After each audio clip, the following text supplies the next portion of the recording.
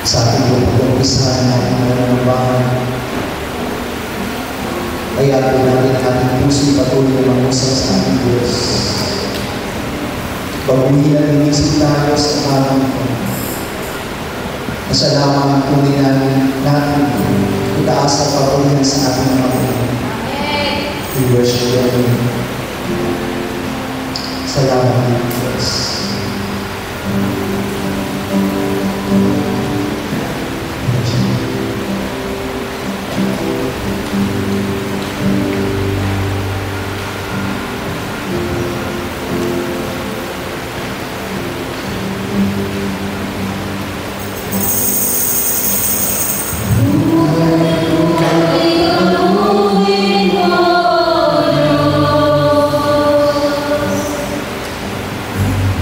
So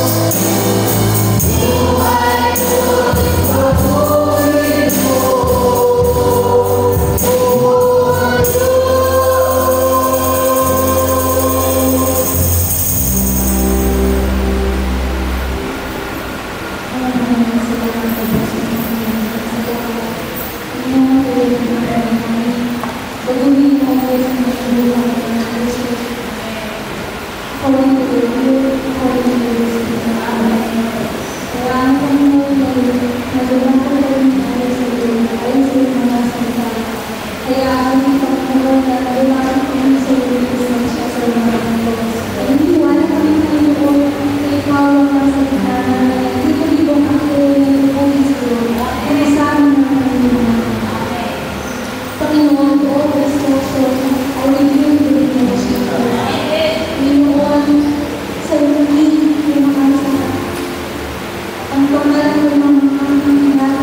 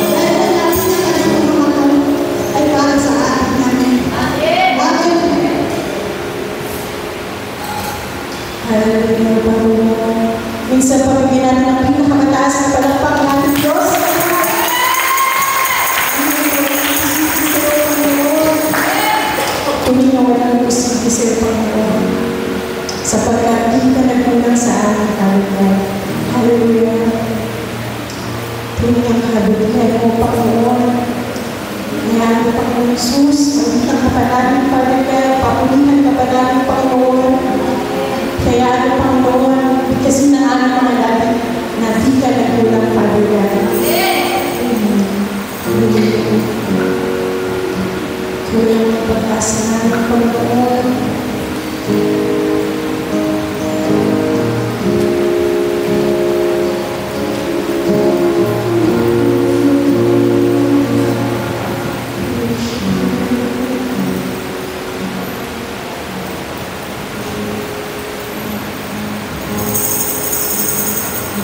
Wala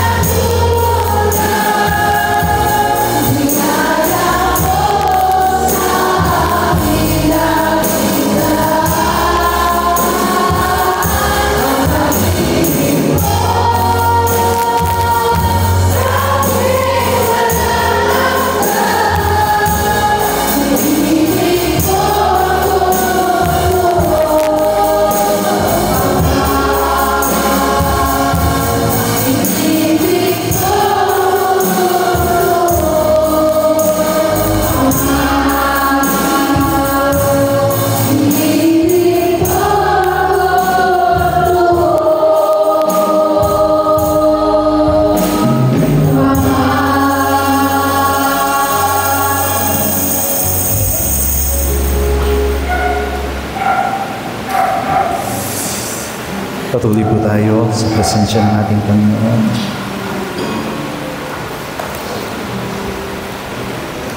Hallelujah.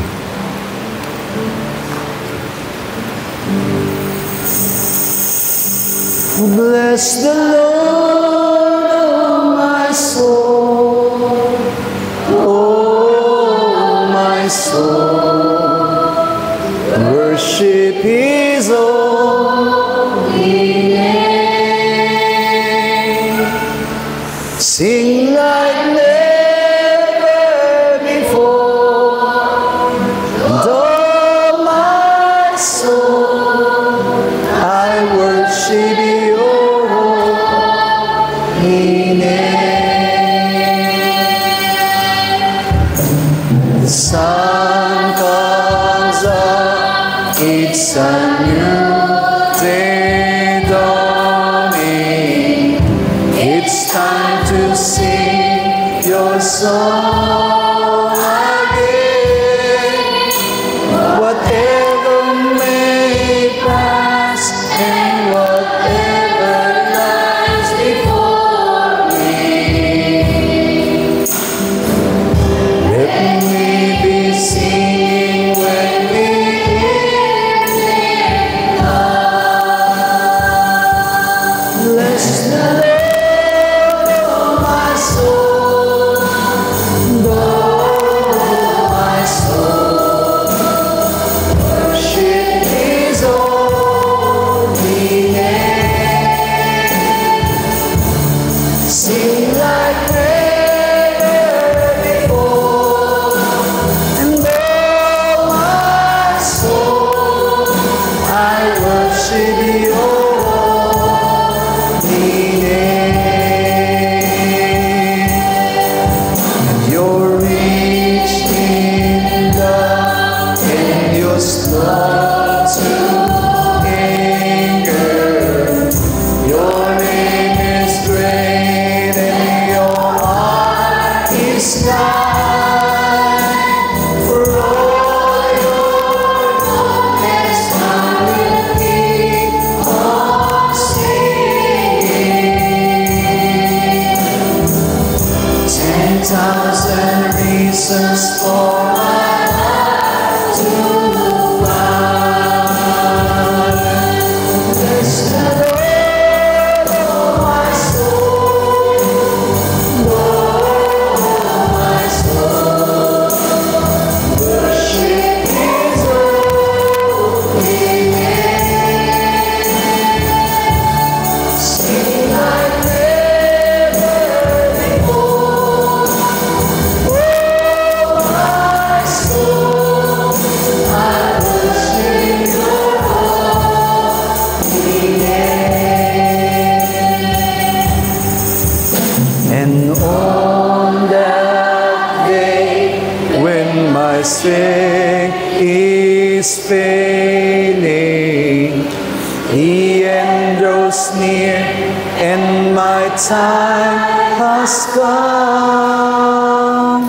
Still my soul will sing your praise unending. 10,000 years and then forevermore. Bless the Lord, oh my soul. Bless the Lord, oh my soul. Oh my soul, worship His holy name. Sing like never before, oh my soul, I worship your holy name. And I worship your holy name. Lord, I worship your holy name. Tayo po'y sama-samang manalangin at itaas natin ang ating pong pakikinig ng kanyang mga salita. That everyone will understand His will and His righteousness At patuloy tayong lumago sa ating paglilingkod, sa ating mga pananampalataya, at magawa nating lubusan ang katwiran at kalooban ng Diyos. Idalangin natin ang malayang pagkilos ng Kanyang banal na Espiritu Santo. Oh, my soul, overcome. Oh, my soul, overcome. And oh, my soul, overcome. And oh, my soul, overcome.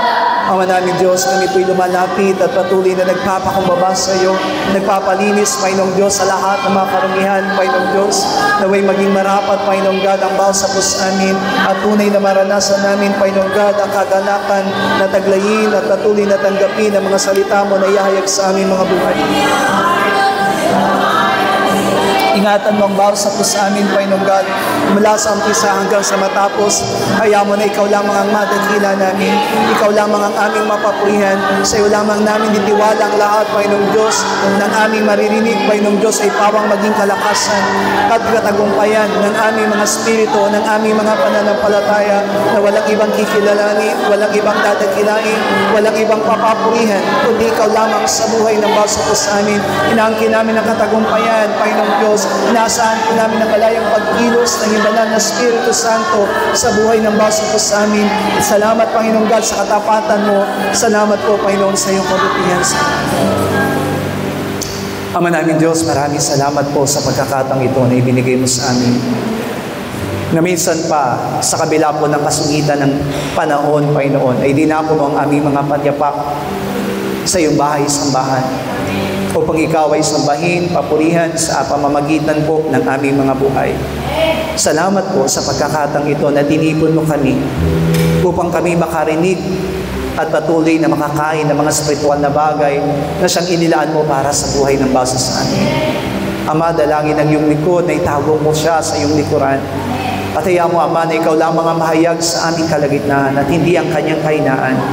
Hayaan mo ng kalakasan ng manaig sa buhay ng bawat sa pusan at wasakin at sirain mo ang mga hadlang at sagabal.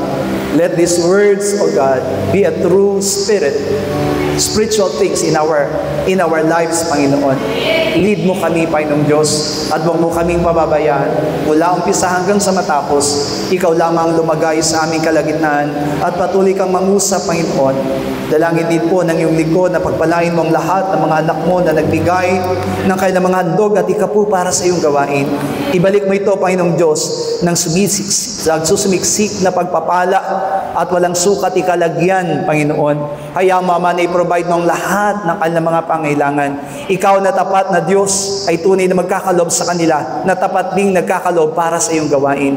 At gamitin mo ang mga salaping ito, Panginoong God, sa pagpapalawig pa ng ministeryo at gawain ipinagkatiwala mo sa amin. Salamat po aming Diyos, at maingat naming ibinabalik sa iyo ang pinakamataas na papuri, pagsamba at paglahati sa pangalan po ng aming Panginoong Hesus. Amen. Palakpakan po natin ang ating Diyos sa buhay. You all be seated.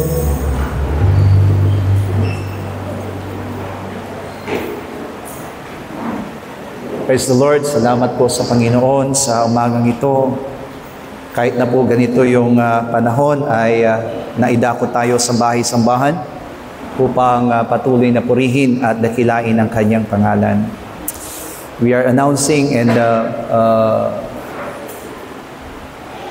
our Thanksgiving will be on next Lord's Day. So please be reminded ng ating worship service ay will start at 9 o'clock in the morning. So hindi po 7 o'clock ang ating worship service next week. It will be 9 a.m. So please invite your relatives, your friends, and neighbors para po makadalo po sa ating pananambahan. Dito po tayo manananghalian next week sa ating Lord's Day. At yung ating pong darating na family camp this coming December 21, 22, and 23, naka-ready na po yun. At yun po ay matutuloy this coming December. So please, sama-sama po tayong patuloy na idalangin yung ating pumagawaing naka-line up this year. And we hope and pray na patuloy po nga ang Diyos ang gumalaw at kumilos sa ating mga buhay. Amen. Bigyan nga po natin ng pinakamalakas sa palakpak ang ating Diyos sa buhay. Please open your Bible to 2 Corinthians chapter 5, verse 16 to 19. Ikalawang Korinto, Kabanatang 5, talata po'y 16 hanggang 19.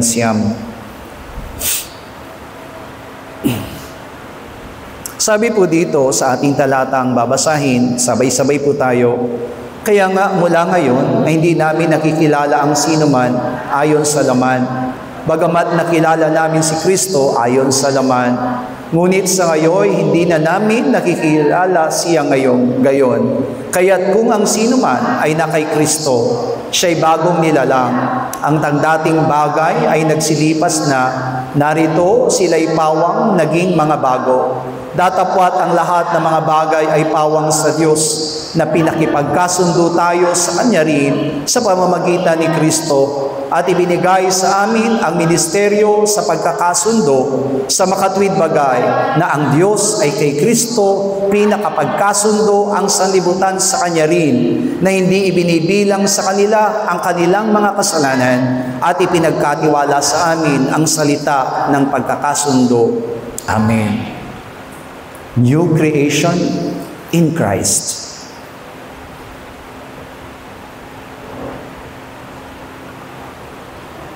For us to understand 2 Corinthians chapter 5 verse 16 up to 19, we need to understand how God created man.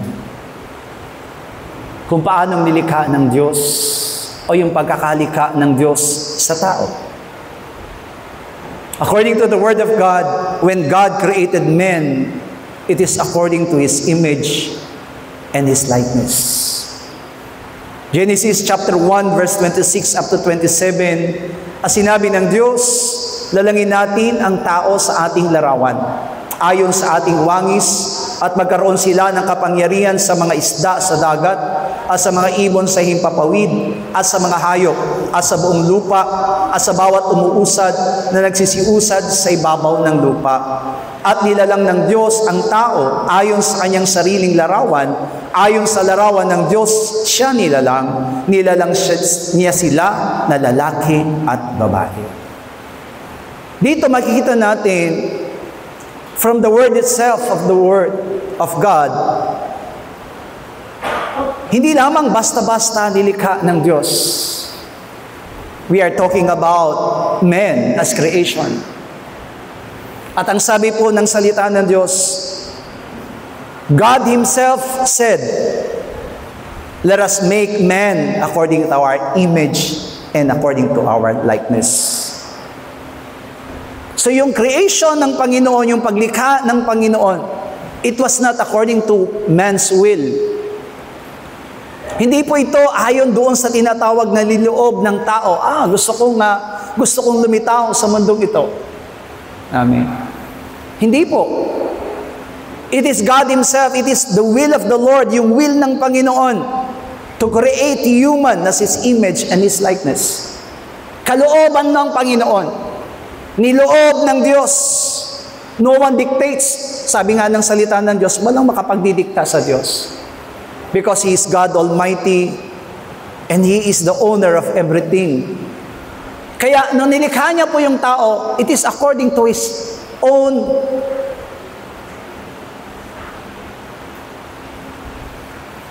decision. Ayon ito doon sa kaniyang sariling kapasyahan.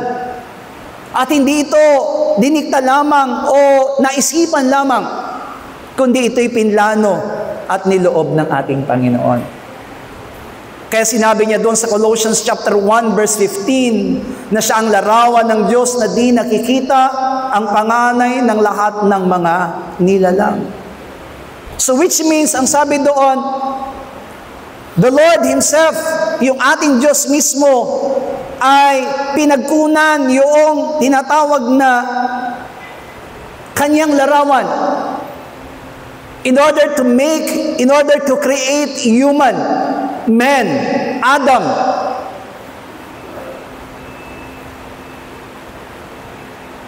His image and likeness is very important doon sa tinatawag na creation ng Panginoon. According, sabi nga po, di ba? According, it means we have direct pattern or model. Ang ibig sabihin po ng likeness sa wikang Hebreo ay chelem. At ang ibig sabihin po ng chelem ay resemblance. Pag sinabi pong resemblance, kung ano po yung larawan ng Panginoon, that is also the creation, no? Halintulad, katulad, sabi doon, resemblance. Yan po yung tinitingnan po natin at inuunawa natin ngayon bilang paglikha ng Panginoon sa atin, according to His image and His likeness. When God decided, according to His plan and His will, exile the people of Israel from Egypt, iligtas po, ilabas ng Panginoon ang Israel mula dun sa land of Egypt. Even though they were already outside Egypt, kahit na po sila'y nandun na sa labas ng Ehipto, nananatili pa rin silang bondage. Di po ba kahit na iniwan na po nila yung Ehipto, they always, the things in their mind are the things which are in Egypt. Yun pa lang yung iniisip nila. Hindi po nila makalimutan. Kaya nga kapag dumaraan na sila ng pagsubok, ang lagi nilang naalala yung buhay nila sa Ehipto. No? Kapag nagkulang sila sa pagkain, yung mga pagkain sa Ehipto ang kanilang naalala. Ibig sabihin, kahit na po wala na sila doon sa tinatawag na pagkaalipin doon sa loob ng Ehipto, kahit na po sila'y nasa labas na, sila po'y nananatili pa rin alipin ng sanlibutan. Amen? Hindi po nabago. Wala pa po rin nababago sa kanila at that time.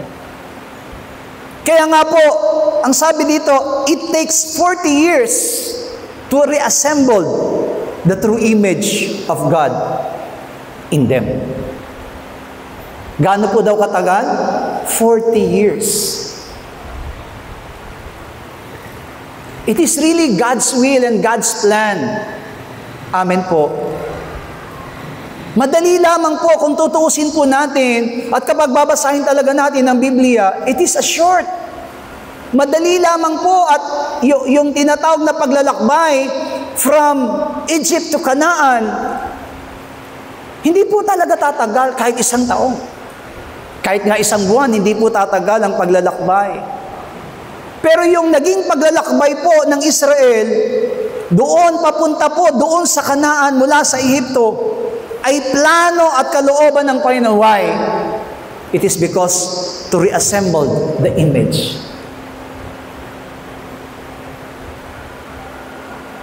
Para yung resemblance ng Panginoon, sabi nga po natin kanina, yung kung paanong nilikha ng Diyos yung tao, paano niya ito ibabalik?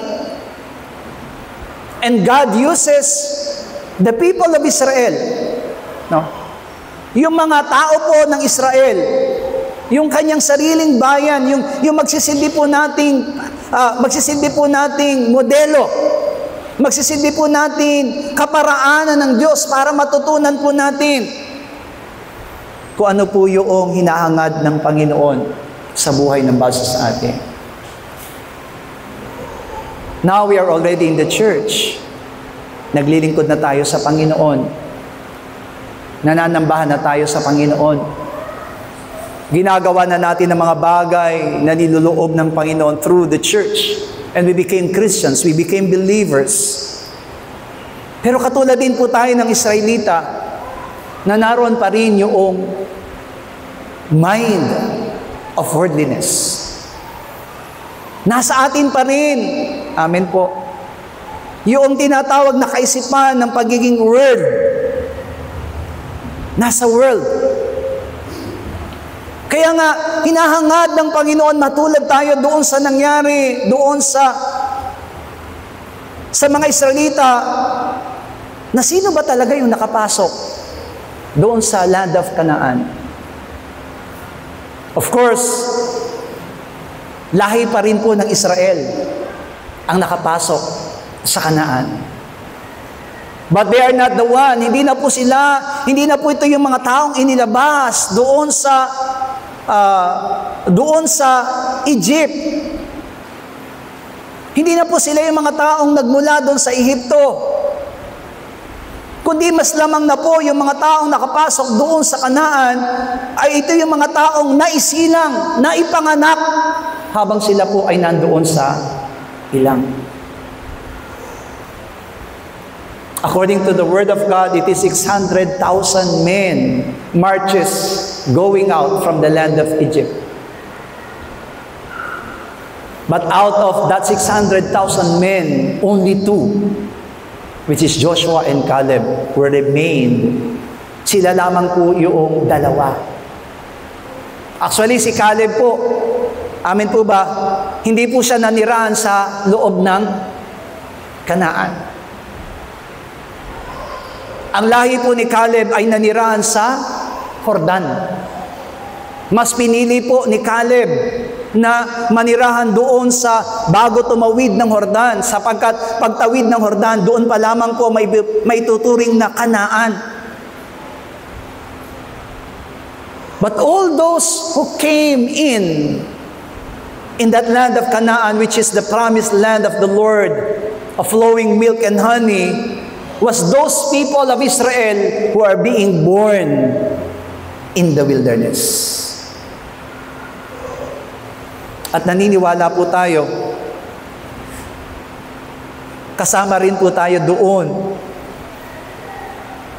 Spiritually, we are Israelites people. At ine-aim ng Panginoon na makarating din po tayo doon sa tinatawag na Kanaan. Kaya yung binasa po natin na talata po, it is very deep. Napakalalim. Sapagkat ang sabi ng Panginoon dito, yung lagi nating ginagamit na kung ang sino man ay na kay Kristo, siya'y bago ng nilalang. Ibig sabihin, kapag ka sinabing new creation, kailangan muna natin talagang balikan. Kailangan mo talaga muna nating maintindihan how God created men. Kasi yun yung layunin eh. Hindi po tayo lamang binago. Amen po ba? Kasi di ba lagi nasa isip natin, binago na ako ng Diyos. But actually, we are not changed. But we are really created. A new creation. It is really God's plan and God's will na tayo pong lahat ay likaing muli ng ating Panginoon. Kasi nga, di ba, katulad ng mga salita, kung babaguhin lamang sila, amin po ba, it's very hard. Kasi nga, di ba, kaya kahit na nakalabas na po sila doon, na sana'y masaya na po itong mga Israelita, nung sila po'y nailabas sa Ehipto, masaya na po sana sila, sapagkat malaya na po sila mula doon sa pagkaalipin. Pero even though they are already in the wilderness and outside the Egypt, actually, mas gusto pa po nilang bumalik sa Ehipto kaysa magpatuloy sa kanilang paglalakbay. Amen? Kaya, ang hangarin ng Panginoon sa kanila is to create another one. Natatandaan po ba natin ng the flood of Noah? When God decided to abolish all men. Ang sabi ng Diyos, amen po, ay alisin na lahat ng mga tao.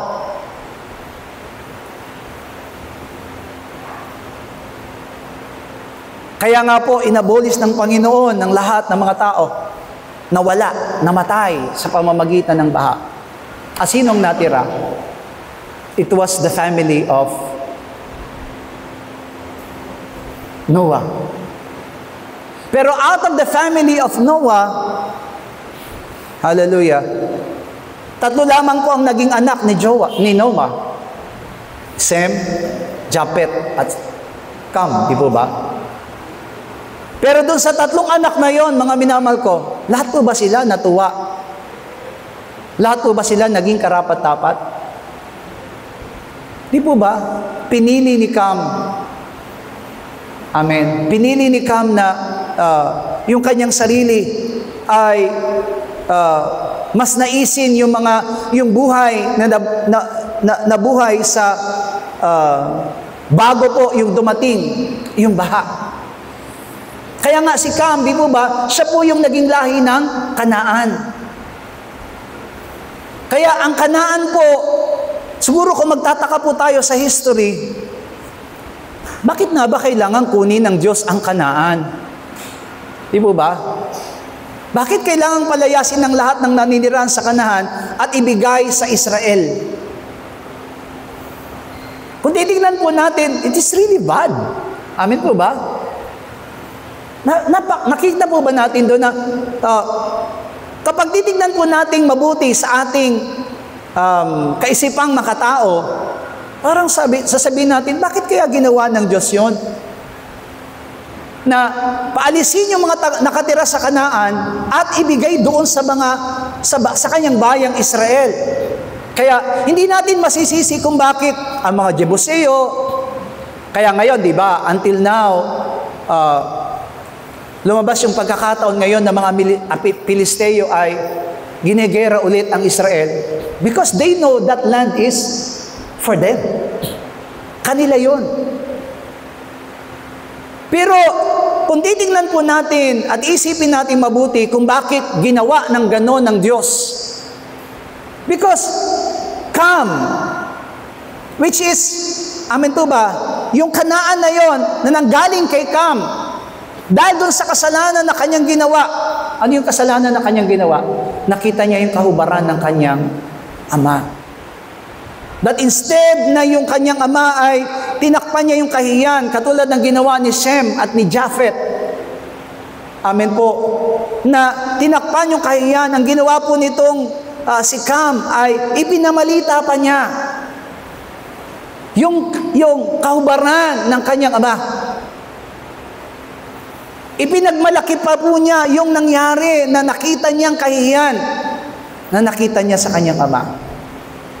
So that incidents, that particular actions of Cam became his curse.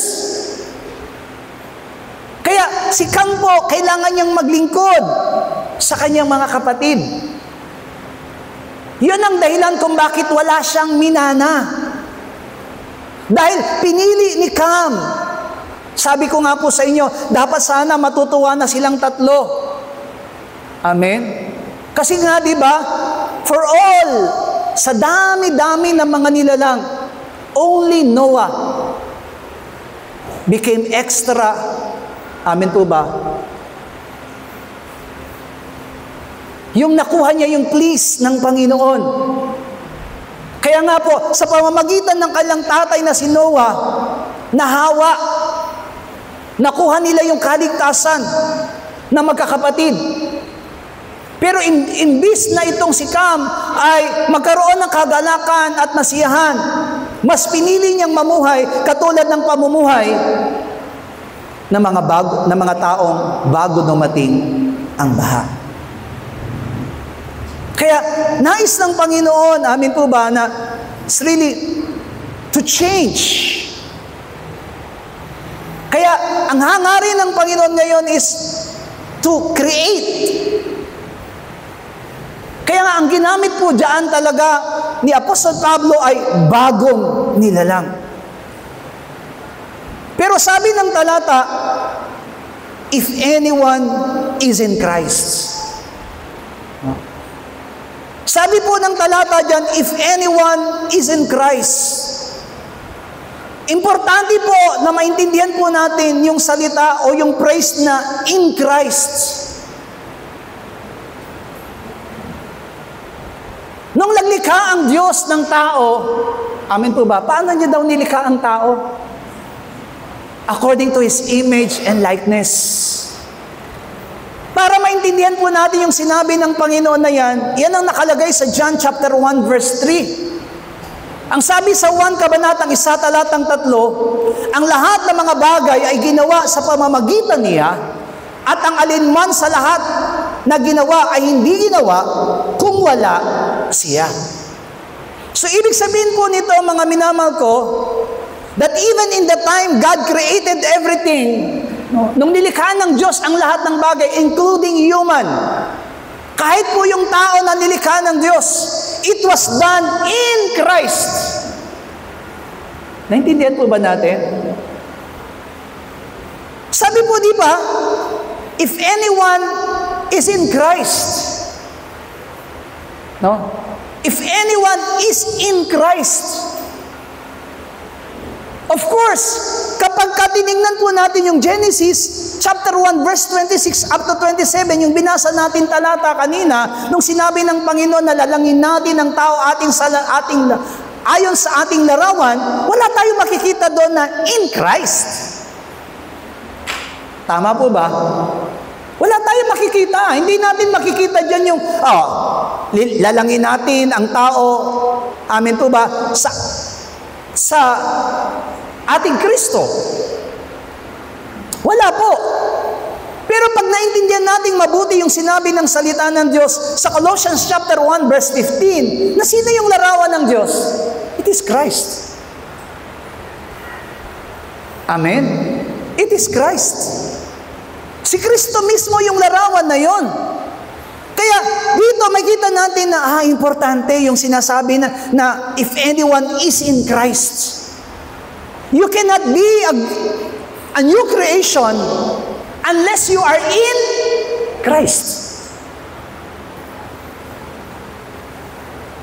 Which means, amen po ba? Ang Diyos mismo yung gagawa ng paraan kung paano doon sa paglikha ng Diyos. Hindi lumitaw ang tao without God. It is God's plan, it is God's will. He created man according to His image and likeness. Kaya yun din yung ating tunay na maunawa ang mabuti ngayon. It is really God who will make us a new creation. Hindi natin kaya. Kaya po natin baguhin ang sarili natin. Sino po dito makapagsasabing amen, kaya kong baguhin ang aking sarili? Wala po. So unless we are in Christ, amen po ba? Yung Diyos mismo yung gagawa ng paraan, yung mismong Diyos ang gagawa ng daan. Kaya sabi nga doon, if anyone is in Christ, number 1 sabi niya doon, you have a new life from above. A new creation will have a new life. Amen? Kailangan tanggapin natin yung bagong buhay. Hallelujah. Kaya diba, in the Garden of Eden, the life of Adam and Eve is different with the life of those people outside Garden of Eden. Diba, ang karamihan po sa mga churches, all starts in the Garden of Eden. Lahat po ng mga churches, lahat po ay nag-start, lahat po ay nag-uumpisa sa Garden of Eden. Kaya nga, dahil nagkasala ang tao, ay ipinadala niya po ang kanyang buntong na anak. Pero tayo po, inuunawa natin mismo ang salita ng Diyos. There is what we call outside the world. Bukod dun sa Garden of Eden, kaya nga sabi niya dito, He took and put. Kinuha niya yung kanyang nilikhang tao at inilagay niya. Kaya nga, nung nagkasala si Adan at Eva, sila itinaboy papalabas. So, ibig sabihin, bukod sa Garden of Eden, meron pa po bang daigdig? Meron pa po bang mundo na ginagalawan ng tao? Amen. Outside world. Kaya nga, nung dumating si Adan at Eva sa mundo, iyon yung pagdating ng mga anak ng Diyos sa mundo. According to Lucas, di po ba, si Adam po yung tinatawag na Son of God. Anak ng Diyos. Of course, kapag narinig po ng ibang church, yung pinag-ausapan natin, maaaring hindi po nila talaga tatanggapin at hindi nila ma-accept yung katotohanan. Amen? Na merong pong mga tao, because Adam, di po ba, nung sinabi ng Panginoon na, nung nilikha niya si Eva, and Adam said, "This is the bone of my bones and flesh of my flesh." At ang sabi dito, kaya nga sila ay magsasama dahil dito iiwan ng lalaki ang kanyang ama at ina at pipisan sa kanyang asawa. Medyo mabigat kung titingnan po natin. Bakit sinasabi po doon na ama at ina kay Adam at Eva? Kay Adam. Alam natin na si Eva, wala po siyang magulang. Amen? Why? Because he came from the ribs. Galing po siya mismo sa katawan ni Adan. At naniniwala po tayo, it symbolizes now the church. Amen po ba? Nung tinusok po yung tagiliran ng ating Panginoon, isinilang po ang church. At nung isinilang ang church, it became the bride. Simula nun, ito na po yung naging asawa ni Kristo. Kaya nga diba, sa Ephesians chapter 5, verse 21 or 22, pababa, ipinapaliwanag po ang tungkol sa pag-aasawa. Pero sinabi din ni Apostol Pablo doon na ang tinutukoy niya po ay hindi po talaga yung pag-aasawa, kundi yung relasyon ng iglesia at ni Kristo. Kaya makikita natin, it's very, amin po ba, merong malaking complicated. Amen po ba? So unless we will understand every spiritual, yung spiritual na ibig sabihin po ng salita ng Diyos. Kaya sabi dito, if anyone is in Christ, he will be a new creation. It is really God's plan. It is really God. Ang Diyos mismo yung may kaparaanan. Later on, maiintindihan nating mabuti kung sino ang nagdala sa atin kay Kristo. Maintindihan natin mabuti yung sinasabi po ng pangangaral po natin, sino ba talaga ang nagdala sa atin kay Kristo? Sabi sa John chapter 3 verse 3, sumagot si Jesus at sa kanya'y sinabi, katotohanan sinasabi ko sa iyo, maliban ang tao ipanganak na muli, ay hindi siya makakakita ng kaharian ng Diyos. Di ba? Para tayo po malikha, we need to be born again. Amen? Kailangan natin maipanganak na muli. Pero kahit po si Nicodemo, which is the teachers of the law, cannot understand, how can I? Paano ako may ipapanganak na muli? Ang laki-laki ko na. Papasok ba ulit ako doon sa sinapupunan ng aking ina? At ako ipapanganak?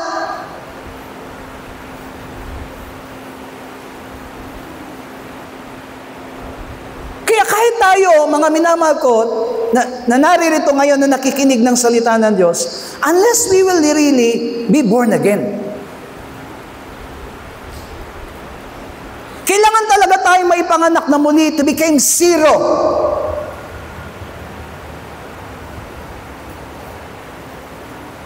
Kaya sabi ng salita ng Diyos, 1 Peter chapter 1 verse 23, sabi niya, yamang ipinanganak kayong muli, hindi sa binhing nasisira, kundi sa walang kasiraan, sa pamamagitan ng salita ng Diyos na nabubuhay at namamalagi. Paano daw tayo maisisilang na muli? Sa pamamagitan ng salita ng Diyos. At kung tayo may papanganak na muli sa pamamagitan po ng salita ng Diyos, it means it is also in Christ. Naintindihan po ba natin? It is the same word. Kasi di ba yung salita ng Diyos na yon, hindi po yun tumutukoy sa bagay. It is person. Persona.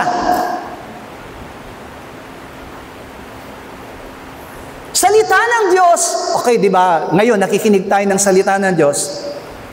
But the Word of God that we hear, yung salita ng Diyos na narinig po natin, alam ko po, napapakinggan natin yan sa pamamagitan po ng voice, yung audio. Amen? Pero kapag uunawain natin ang salita ng Diyos, ang salita ng Diyos po ay hindi lamang po audio, hindi lamang po siya bagay. It is a person. At ang tinutukoy po nito ay si Kristo. Amen. Si Kristo po yung tinutukoy. Kaya nga, yung new life from above na sinasabi po, yung to be a new creation, para tayo po ay maging bagong nilalang. We need really the Word of God. We need really first to be in Christ.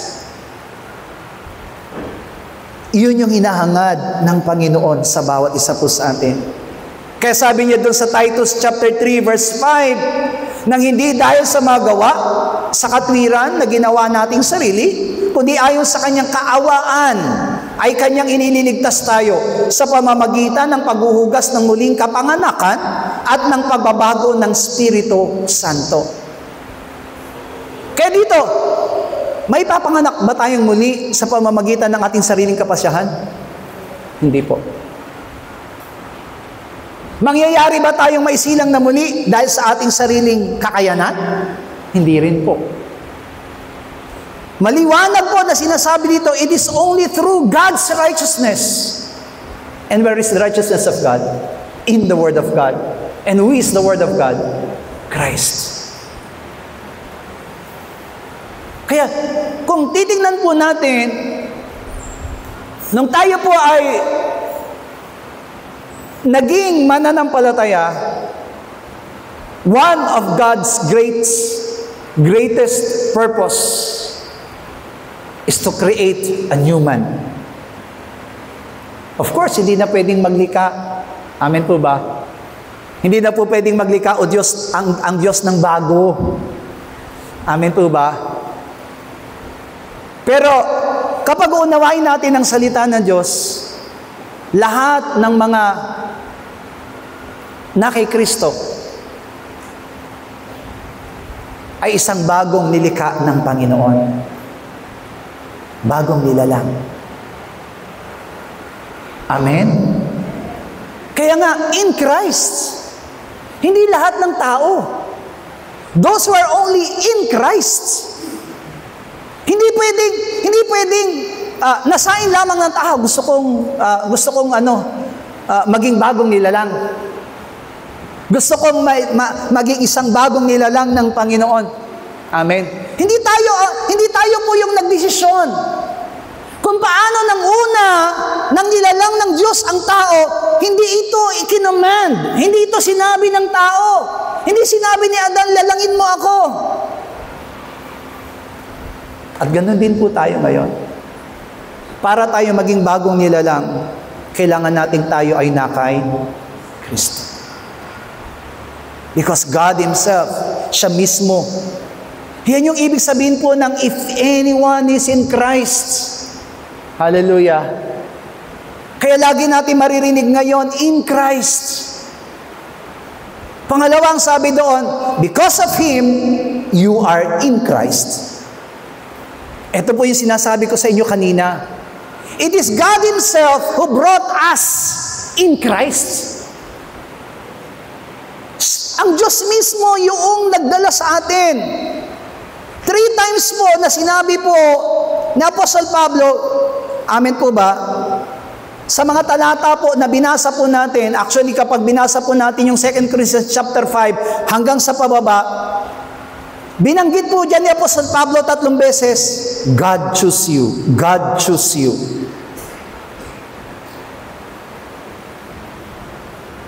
Kaya nga po dito, kung paanong hindi po pinili ni Adan na siya po yung lalangin ng Diyos na maging spiritual na nilalang, ganun din po ang bawat sa po sa atin. It is God's decision. It is really God's plan and God's will. Amen po ba? Kung bakit tayo po ay naririto. It is not you, it is not me, it is not us who chooses God, but it is God who chooses us. Sabi po niya, John 15 verse 16, ako'y hindi nyo hinirang, ngunit kayo'y hinirang ko. Hallelujah, bigyan nga po natin ng pinakamalakas sa palakpak ang ating Diyos sa buhay. Doon pa lamang, maunawaan nating mabuti, it is not your own will to be here in the church, to be believers. According to John chapter 17, God brought us in Christ. Kaya ang naging panalangin ng Panginoong Hesus doon sa John chapter 17, Lord, protect them. Ingatan mo sila sa pangalang ibinigay mo sa akin. Amen po ba? Bakit? Sapagat naniniwala si Kristo na lahat ng mga nanampalataya, ang dahilan kung bakit sila na kay Kristo ngayon ay dahil sa Diyos. Walang sinuman po sa atin, walang sinuman po dito sa atin na makapagsasabing, kaya ako nandito, kaya ako mananampalataya, kasi gusto kong manampalataya sa Panginoon. Hallelujah. Meron po ba? Kaya kayo nanampalataya sa Diyos dahil gusto niyong manampalataya sa Diyos? It means, alam niyo po ba na kapag binasa po natin yung 2 Corinthians chapter 5, sabi niya, wala tayong may pagmamalaki. That even in John 15:16, naging maliwanag sa atin, hindi tayo ang humirang sa Diyos, kundi siya mismo ang humirang sa atin. Ito po yung ebidensya. 1 Corinthians 1:30. Unang Korinto, kabanatang 1, talatang 20, sabay-sabay. Datapwat sa Kanya, kayo'y nasa nga kay Kristo Jesus, na nasa atin ay ginawang karunungan mula sa Diyos, at katwiran, at kabanalan, at katubusan. Sabi diyan, datapwat sa Kanya, kayo'y nangasa kay Kristo Jesus. Ang sabi po ng talata, sa Kanya. Dahil sa Kanya, tayo'y nangasa kay Kristo Jesus. It means it was not Jesus Christ. May dahilan kung bakit tayo na kay Hesus Kristo. Amen po ba? Yun yung malaking bagay na gusto nating unawain, sinasabi ng salita ng Diyos. Sabi doon, datapwat sa Kanya, kayo'y nangasa kay Kristo Jesus. Because of Him, you are in Christ. Ngayon, ang tinatanong ngayon, church, who is that Him? No? Again, hindi po bagay. Pag sinabi natin because of Him, pwede ba natin ituro yung katabi natin dahil sa Kanya? Siya ba yung tinutukoy ng salita ng Diyos ngayon? Dahil sa Kanya kaya nandito ako sa church. Ang tinutukoy ba niya? Dahil sa asawa ko, dahil sa kapatid ko, dahil sa kapitbahay ko, dahil sa kaibigan ko? Yan ba ang tinutukoy ng sa Kanya? Magiging maliwanag sa atin, ang tinutukoy dito ay ang Diyos Ama. Hallelujah. It is God Himself. Yung Diyos mismo yung nagdala sa atin. Amen po ba? Kaya dito, yung kaparaanan ng Panginoon to make us new creation, it is His way. It is His plan. It is His will. Kaya maliban na mangunguna sa atin ng Diyos, we cannot be changed. We cannot be a new creation because God can only create us.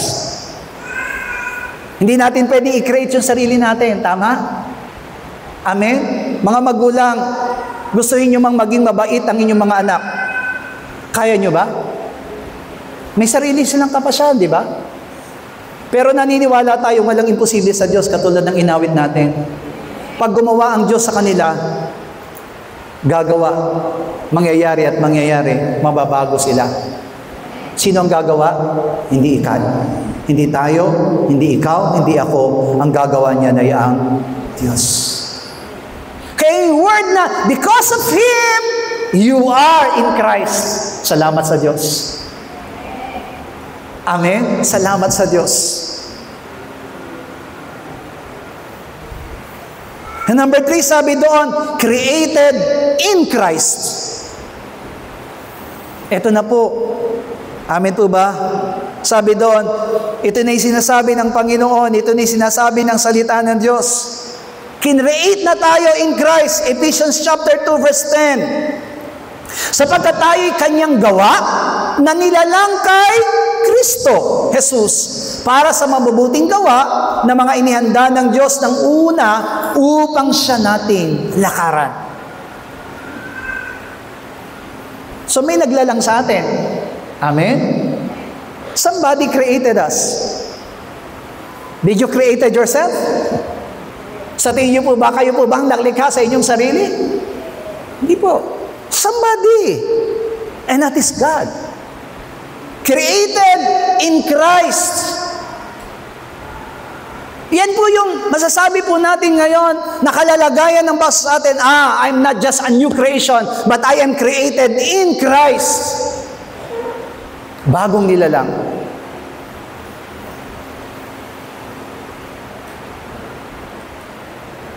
Yung nilalang ng Diyos ng una, nagkasala. Through Adam, all men died. Amen? At hindi yan matanggap na maraming mga tao. Bakit kasama akong namatay? Bakit nagkasama akong nagkasala? Sila lang naman ang gumawa. But remember, we came from Him. Galing tayo sa Kanya. Pero ngayon, hindi na tayo galing kay Adan. Saan na tayo galing? Galing na tayo kay Kristo. Bigyan nga po natin ng pinakamalakas na palakpakan ang ating Diyos.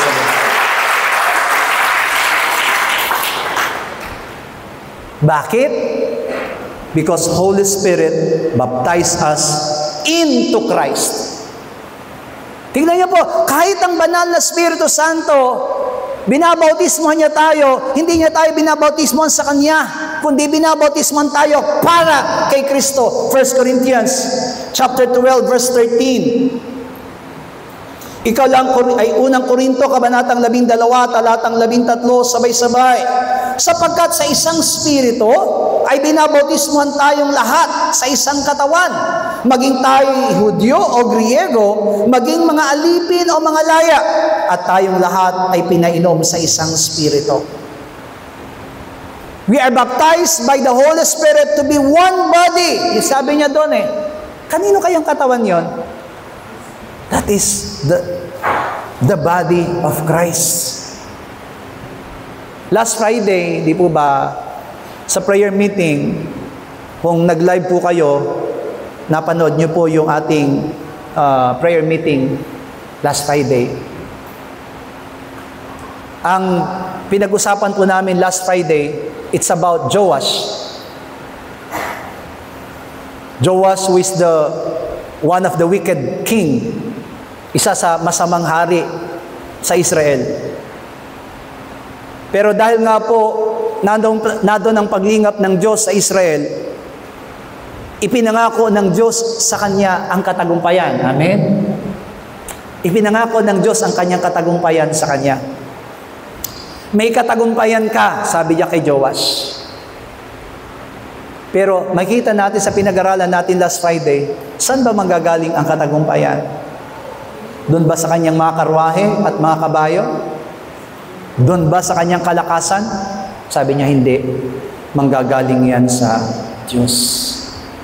Without God, kung wala ang Diyos, hindi ka magkakaroon ng katagumpayan. The same thing. Lahat ng bagay na pinapag-aralan po natin, lahat ng bagay na nilalayo ng Panginoon sa bawat sa puso atin, without God, kung wala ang Diyos, hindi po natin ninais na maging katawan ni Kristo dahil ninais natin at tayo ngayon ay katawan ni Kristo. Hindi po. It is God Himself who made us one body. Kaparaanan, kapasyahan, kalooban, at kapangyarihan ng Diyos ang nangyari. At binautismohan tayo para maging isang katawan. Hallelujah. That's why, amen po ba? Everything is in Christ. Kung wala si Kristo, hindi mangyayari ang lahat ng bagay. Kaya nga tayo po, sabi doon, we are spiritually one with Christ. 1 Corinthians chapter 6, verse 17 to 20. O, 12, 17 muna po. O 6, 12. Let us check. Andali po.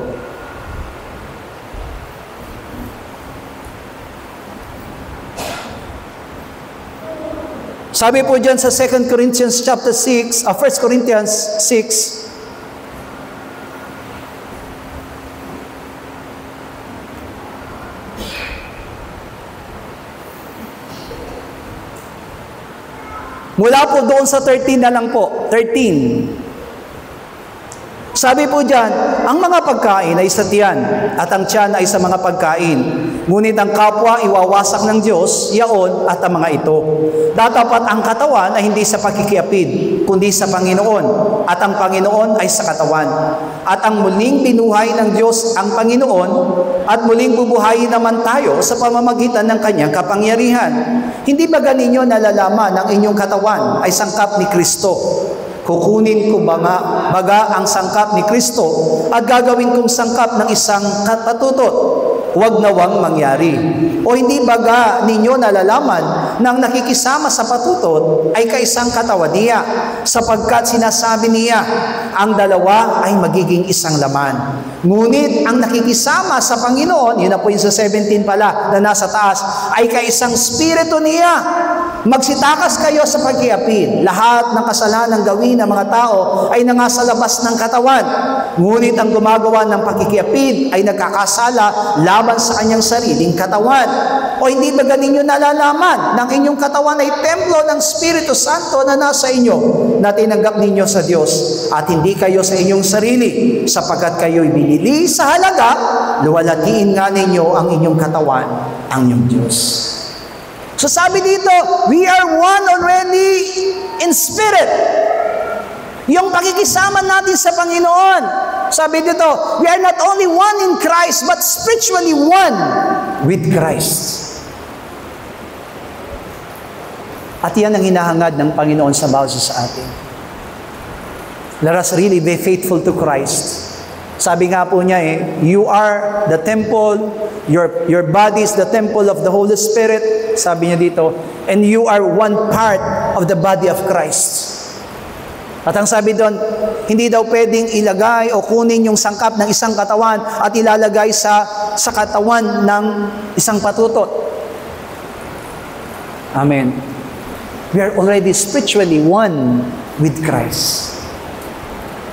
Kaya salamat sapagkat you are new creatures in our spirit. Sa katawan, maaari hindi natin nakikita ang pagbabago.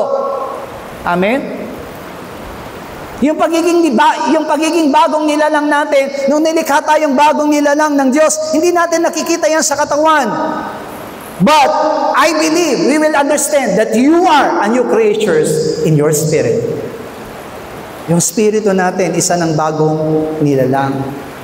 A new species. Kaya sabi niya dito, kaya't ang sino man na kay Kristo, yung sinabi kanina sa 17, siya'y bagong nilalang.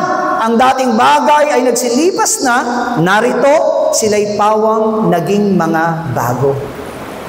Alam niyo po ba yung bago, yung salitang new creation, new creature. Yung salitang new ay merong dalawang ibig sabihin sa wikang Griego. Number one, it is kainos. No? Yan po ang ibig sabihin niyan, kainos. Ang ibig sabihin po ng salitang kainos, mga minamahal ko, ay fresh. Ang ibig sabihin po ng kainos, fresh, unused. Hindi pa nagamit. No? Unworn. Hindi pa naisuot. Yan po ang ibig sabihin ng kainos. At mababasa po natin ang ibig sabihin po niyan sa Ephesians chapter 2 verse 15. Yan po, dyan po ginamit yung salitang, amin po ba, fresh, na inalis ang pagkakaalit sa pamamagitan ng kanyang laman, kahit kautusan na may mga batas at mga palatuntunan, upang sa dalawa ay lalangin sa kanyang sarili ang isang taong bago, na sa ganito'y ginagawa ang kapayapaan. Fresh. Amen. Kaya di ba, ano yung karanasan ni Adan at ni Eva? When they were nung nandun po sila doon sa Garden of Eden, hindi nila alam kung anong mabuti at masama. Basta't ang alam lang po nila, mga minamahal ko, what they only know is about God. Amen po ba? Nabuksan po sila, nung nilalang ng Diyos, sina Adan at Eva, ang bumungad lang sa kanila, it is only God. It is only God. Kaya nga, di ba, kakaiba yung nakita ni Adan kay Eva eh. Hindi nakita ni Adan si Eva na bilang ibang tao. Ang nakita ni Adan kay Eva, ikaw ako. Because that is the mind of God. Amen po ba? And this is what the Lord wants. Kainos, fresh. Lahat ay maging bago sa buhay ng basa sa atin. Yan ang hinahangad ng Panginoon sa lahat ng mga mananampalataya, that everything must made unused. Yung mga bagay na ginagawa natin dati, ay hindi na po natin gagawin ngayon. Ephesians chapter 4 verse 24. At kayo'y mga bihis ng bagong pagkatao na ayon sa Diyos ay nilalang sa katwiran at sa kabanalan ng katotohanan. Kaya di ba sabi ko sa inyo kanina, unworn. Hallelujah. That is unworn. Hindi pa naisuot. Nung nandun pa tayo sa sanlibutan, hindi natin suot-suot si Kristo. Pero ngayon, sinabi mismo ni Apostol Pablo, magbihis na kayo ng bagong pagkatao na ayon sa Diyos ay nilalang sa katwiran at sa kabanalan ng katotohanan. At ang pangalawang ibig sabihin po ng salitang new, neos. Amen po ba? Ang sabi po sa word na neos, mga minamahal ko, is young and youthful. So bago talaga. Amen. Young, recently born, bagong silang. Colossians chapter 3 verse 10 ang pagpapaliwanag ng neos. At kayo'y nangagbihis ng bagong pagkatao na nagbabago sa kaalaman ayon sa larawan niyaong lumalang sa Kanya. New. At iyan ang inahangad ng Panginoon sa atin. That's why a new creation will have a new character, a new quality, as well as new in time, and that did not exist before. Kaya kapag ang Diyos ang gumawa sa atin, yan po yung magiging kalalagayan natin. A new creation with a new character, with a new quality. Amen po ba? As new in time. Amen po ba? Ikaw ay magiging bago sa kapanahunang ito na parang hindi ka pa nag-exist before. That will be our new identity. Yan ay magiging pagkakakilanlan sa bawat isa po sa atin bilang isang bagong nilalang. Why? But, number one, sabi niya, because you were dead, now you are alive. Amen to ba? Dati kang namatay, pero ngayon ikaw ay buhay na. Ephesians chapter 2 verse 1. At kayo'y binuhay niya nang kayo'y mga patay dahil sa inyong mga pagsalansang at mga kasalanan. We are already changed. The new identity. From being dead, now we are being alive. Hallelujah. Yan po yung hinahangad at ninanasa ng Panginoon sa buhay po ng bawat isa po sa atin. Yan ang hinahangad at ninanais ng Panginoon sa bawat isa sa atin na maunawaan nating mabuti. Na yung kalalagayan natin dati. Amen po ba? Nabubuhay man tayo, na meron tayong katawan, nabubuhay man tayo, nag-exist man tayo sa mundong ito, pero we are considered as dead. So kapag tayo na ay kay Kristo na, kapag tayo po ay niloob ng Diyos na dalhin kay Kristo, from being dead, now we are alive. Kaya hindi natin papayagan yung sarili natin na mamuhay pa tayong parang patay. Hindi ko alam kung totoo yung balita na may lockdown na daw sa Manila. Amen. Na kagaya din daw po ng dati na COVID. Hindi ko alam kung totoo. Narinig niyo ba yun sa balita?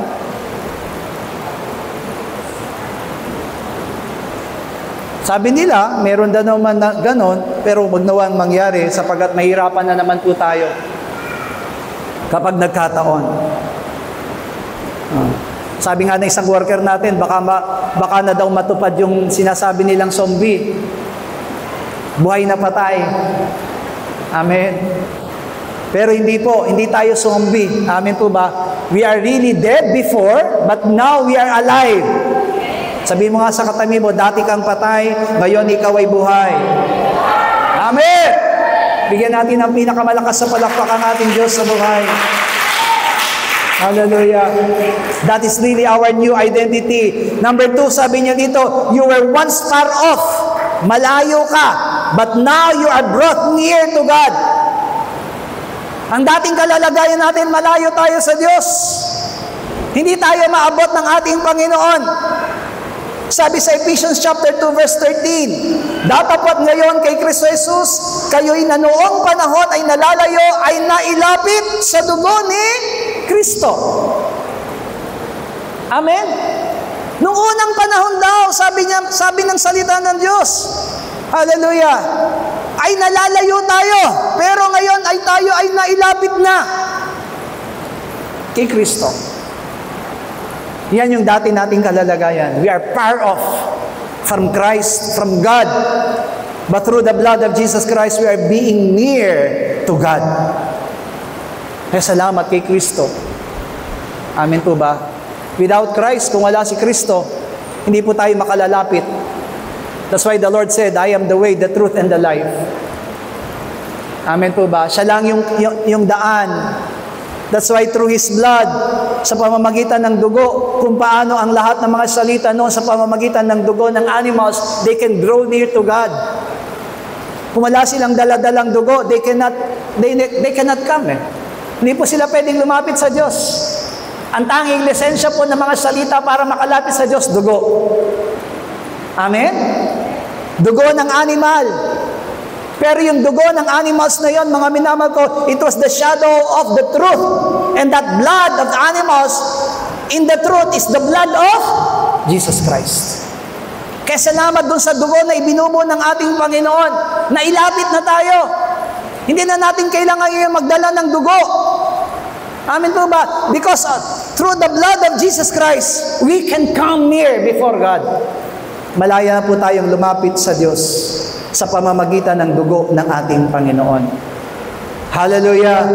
Number 3, you were aliens and strangers, but now you are citizens and members of God's family. Hallelujah. Dati daw tayo po ay mga dayuhan. Hindi tayo nabibilang sa pamilya, sa family ng Diyos. Hindi tayo nabibilang sa bayan ng Diyos. Ano pong sabi niya sa Efeso Kabanatang 2, talatang 11? Kaya nga, hindi na kayo mga taga-ibang lupa at mga manlalakbay, kundi kayo'y mga kababayan na kasama ng mga banal at sangbahayan ng Diyos. Maliwanag po yung sinabi ng salita ng Diyos. We are not already strangers. We are not already aliens. But we are citizens in God's, amen po ba? In God's people. And we are already included in the family of God. Oh, kabilang na po tayo dun sa sambahayan ng Diyos. Amen. Yung pagiging bagong nilalang natin for a new identity, mga minamahal ko, malaking bagay yung ginawa ng Panginoon sa atin. Malaki yung bagay na nangyari pala sa atin. It is not just simple.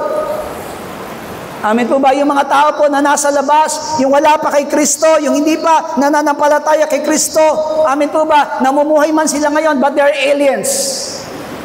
They are strangers.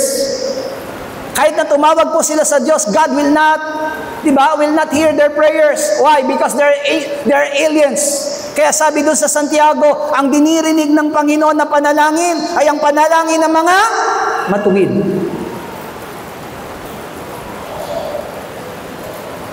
Kaya wag natin sayangin, mga minamahal ko, na hindi kayo manalangin. Amen. Wag natin katamaran ng pananalangin because God will hear our prayers. Kung may panalangin mang tinutugon ng Panginoon, pinakikinggan ng Panginoon, yan ay ang mga panalangin ng mga mananampalataya. Pero sad to say, di ba, marami mga mananampalataya ngayon, tamad na po manalangin.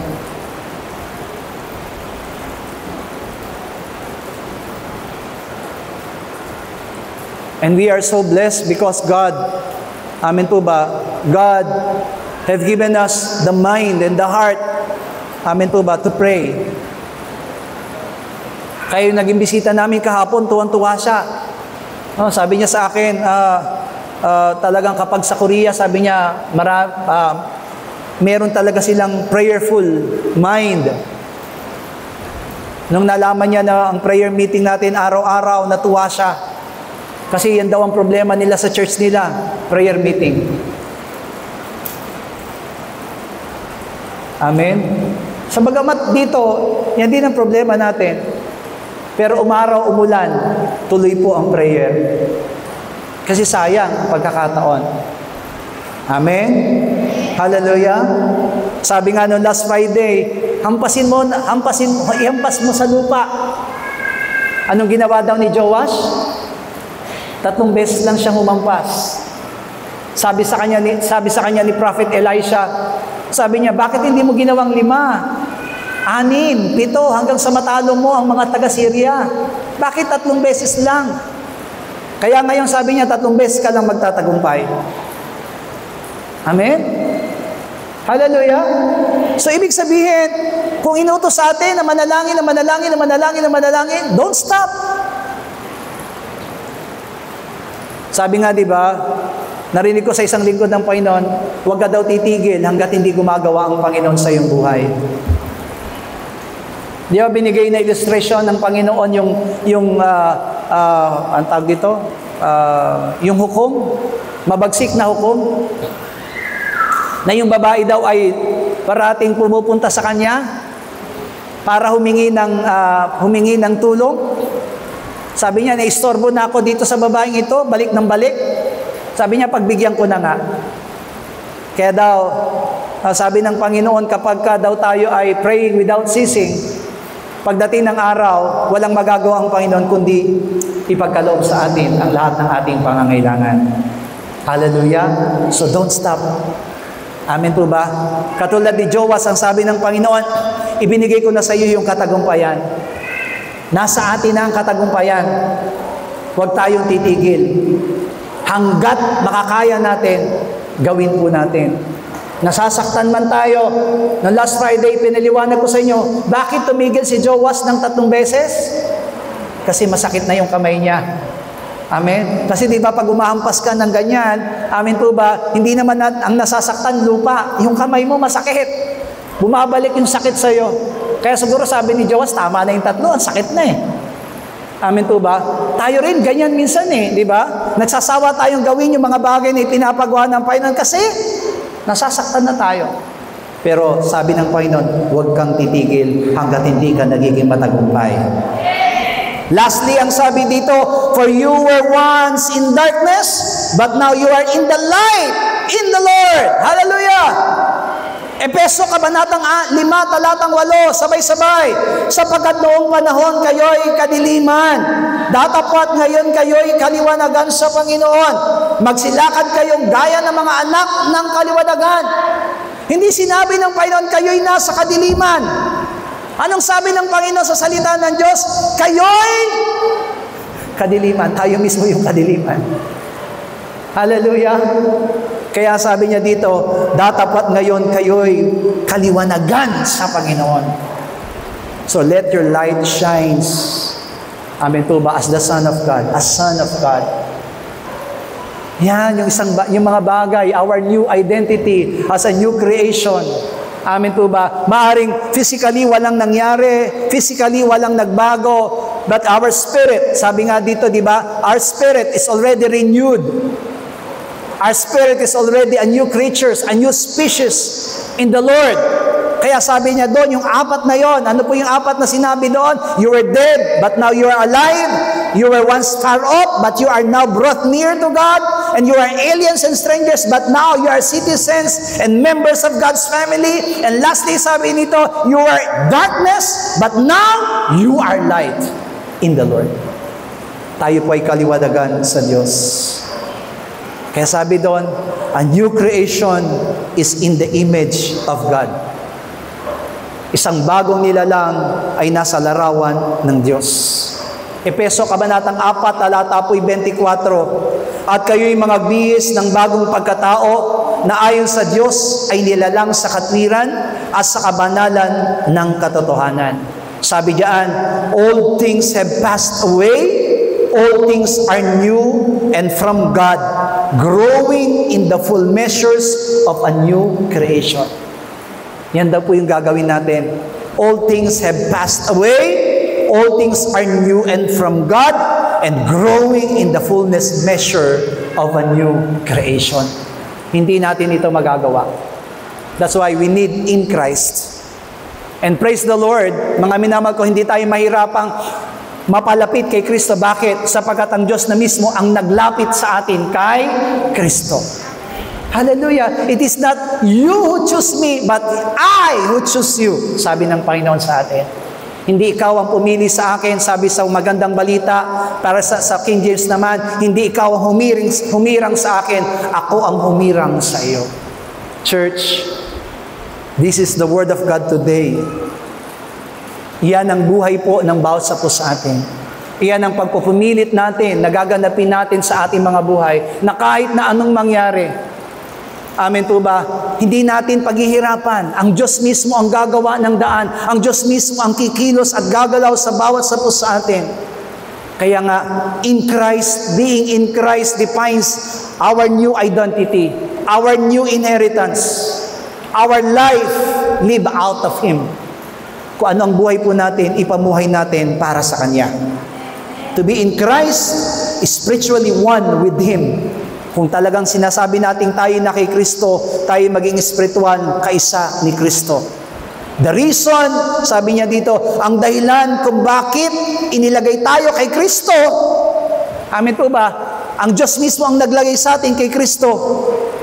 Ang dahilan ay para mayayag si Kristo sa buhay ng bawat sa atin. Bigyan nga po natin ng pinakamalakas na palakpakan ating Diyos sa buhay. Sa umagang ito, tayo po'y sama-samang manalangin that we really ask the Lord.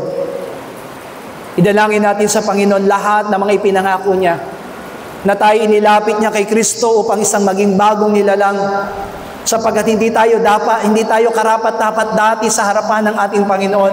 But thank God for Him that He has brought us into Christ, at sa pamamagitan ng tayo po'y pagdala kay Kristo, tayo po'y pwedeng magbago. Siya mismo ang gagawa ng paraan upang tayo mabago. Kaya naman hilingin natin, O Diyos, kumilos at gumalaw ka sa aming mga buhay, and let your power be manifest in us. Oh my soul, overcome. Oh my soul, overcome. Oh my soul, overcome.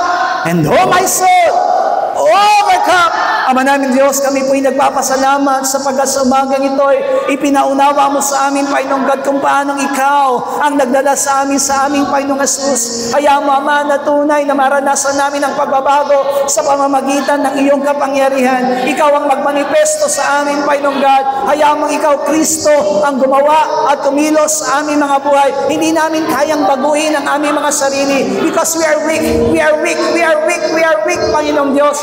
But through your strength, O God, through your power, Panginoong Diyos, sa pamamagitan ng kalakasan mo, sa pamamagitan ng kapangyarihan mo, lahat ng bagay ay posible, lahat ng bagay ay mangyayari, Panginoong Diyos. Kaya mapangyari ang lahat ng bagay na kalooban mo sa buhay ng mga sa amin. Huwag mo kaming mababayaang maalipin pa ng dati naming kalalagayan. Huwag mo hayaang maalipin pa kami ng sanlibutan. Hayaan mo Ikaw lamang ang tunay na gumawa at manguna sa buhay namin, Panginoong Diyos. Sa iyo lamang namin ihahabilin lahat ng aming gagawin, lahat ng aming isipin, Panginoong Diyos. At ayaw mo na maging matagumpay po kami bilang yung mga anak, at gawin namin ang lahat ng bagay na kalooban mo, aming Diyos.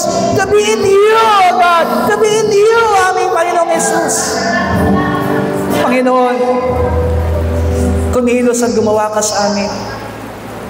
Hayaan mong lagi naming maranasan ng katagumpayan. Lagi naming maranasan ng malayang pagkilos at pangunguna ng iyong kapangyarihan. Thank you, Lord, for what you have done to us, O Lord. Ang kailangan namin ngayon, isang bagong nilalang ayon sa iyong wangis at ayon sa iyong larawan. Panginoon, hindi namin kaya, pero ikaw ang may kapangyarihan at may kakayanan na gawin ito para sa amin. Kaya naman kami patuloy na nagpapakumbaba, lumalapit at nagsusumamo. Ganapin mo ang iyong katwiran at kalooban sa aming mga buhay. At ikaw ang Diyos na maghari at laging gumanap sa amin. Salamat po aming Panginoon. Salamat po sa mga salita mo, Panginoong Diyos, na tunay na ibinagkaloob mo sa amin upang maging kalakasan at katagumpayan ng bawat sapu sa amin. At nananalig kami na ang katagumpayan ito hindi mo aalisin sa aming mga buhay, sapagkat niloob mo na kami maparoon kay Kristo. Niloob mo na kami mailapit kay Kristo.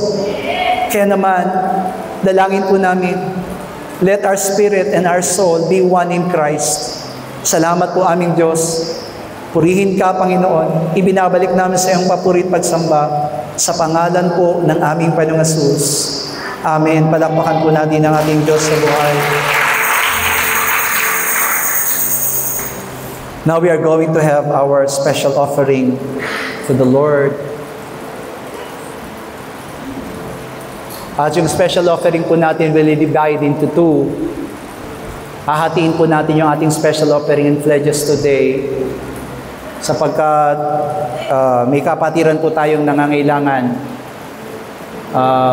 Alam ko po, nakita niyo po sa post yung anak ni Akim. And let us pray that God will continue to heal him, heal her. Pagalingin siya ng Panginoon.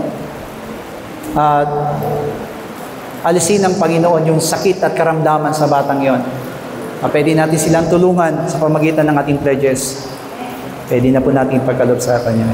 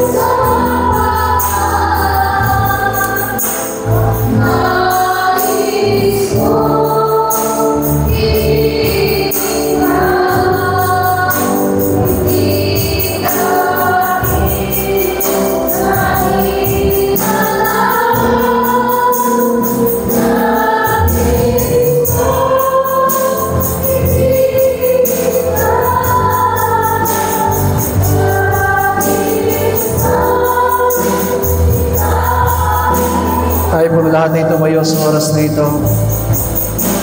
Mahal kita, O Diyos.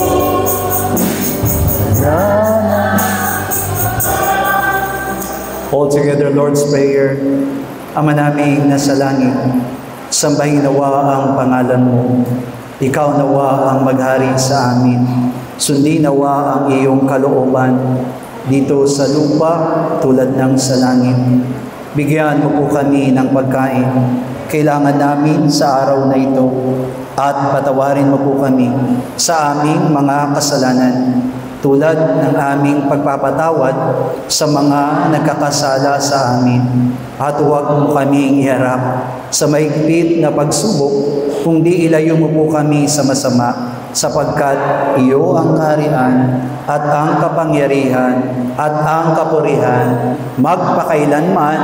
Amen. God bless you all. Bless the name of the Lord. Workers, we have our practice after the worship service.